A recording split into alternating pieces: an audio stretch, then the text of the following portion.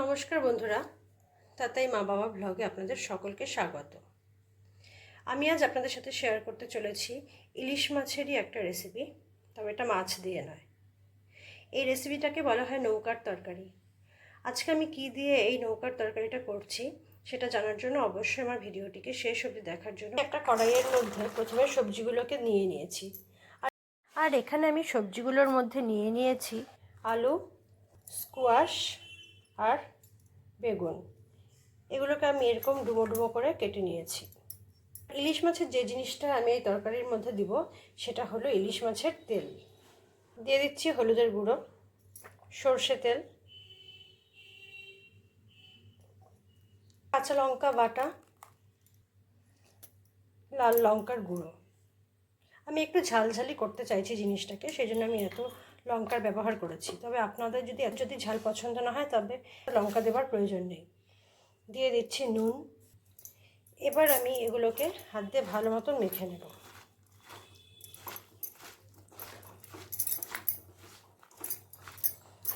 আপনারা চাইলে এটাকে অন্য একটি পাত্রেও মেখে নিতে পারতেন, কিন্তু আমি যেহেতু মেখে সেরেই রান্নাটা করব সেজন্য আমি একবারে কড়াইয়ের মধ্যেই সম্পূর্ণ জিনিসটাকে মেখে নিচ্ছি। এবার আমি গ্যাস জ্বালিয়ে নিয়েছি আর সিম আঁচে ঢেকে ঢেকে এই রান্নাটাকে আমি এখন করে নেব।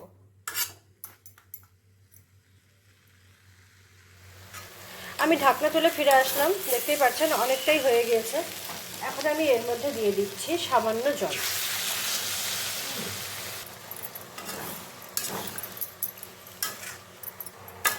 এবার আরেকটু সময় আমি জল দিয়ে ঢেকে ঢেকে সেদ্ধ করে নেব, তারপরে ফিরে আসবো আপনাদের সামনে।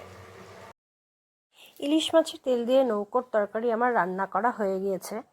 আর আমি কিন্তু আপনাদেরকে বলতে পারি যে এটা যদি আপনারা একদিন বাড়িতে বানিয়ে খান তবে বারে বারে খেতে চাবেন, এতটাই সুস্বাদু এই তরকারি। তাহলে বন্ধুরা, আমার আজকের এই রেসিপিটি আপনাদের কেমন লাগলো তা অবশ্যই আমাকে কমেন্ট করে জানাবেন।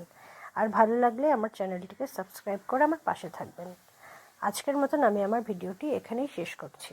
ধন্যবাদ।